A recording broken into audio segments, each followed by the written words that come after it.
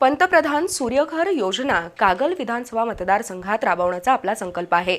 प्रत्येक घरातील वीज बिल शून्य कसं येईल यासाठी आपण प्रयत्नशील आहोत। कोल्हापूर जिल्हा मध्यवर्ती बँकेच्या माध्यमातून ही योजना राबवण्यात येणार आहे असं प्रतिपादन नामदार हसन मुश्रीफ यांनी केलं। छत्रपती शिवाजी महाराज महाराजस्व अभियान शिबिरात ते बोलत होते। सिद्धनेरली इथल्या श्री सिद्धेश्वर सांस्कृतिक सभागृहात हा कार्यक्रम झाला। मात्र कार्यक्रम संपताच शासकीय योजनांच्या माहितीचे स्टॉल बंद केल्यानं नागरिकांनी नाराजी व्यक्त केली। कागल तालुक्यातील सिद्धनेरलीमध्ये छत्रपती शिवाजी महाराज महाराजस्व अभियान शिबिर घेण्यात आलं। छत्रपती शिवाजी महाराज यांच्या पुतळ्याचं पूजन, डिजिटल फलक अनावरण आणि दीप प्रज्वलनानं कार्यक्रमाचा शुभारंभ झाला।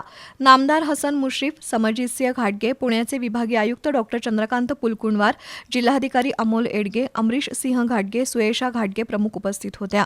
कागल विधानसभा मतदारसंघातील प्रत्येक घरातील वीज बिल शून्य यावं यासाठी आपण पंतप्रधान सूर्यघर योजना राबवणार आहोत।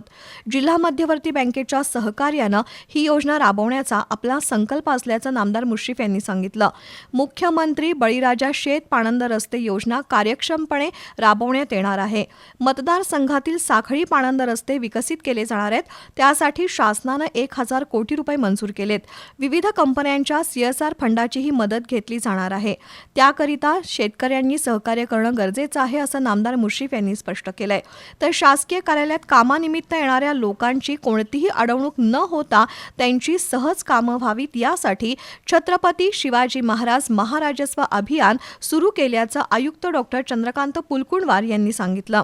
यावेळी जिल्हाधिकारी अमोल एडगे, समजितसिंह घाटगे, अमरीश सिंह घाटगे, तहसीलदार अमरदीप वाकडे, दिनकर वाडकर, दत्तात्रय पाटील यांनी मनोगत व्यक्त केली।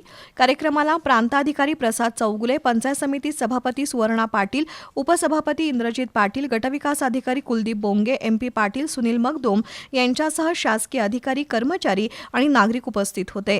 दरम्यान दुपारी 1 वाजता उद्घाटनाचा कार्यक्रम संपल्यानंतर कार्यक्रमस्थळी लावलेले शासकीय स्टॉल कर्मचाऱ्यांनी बंद केले।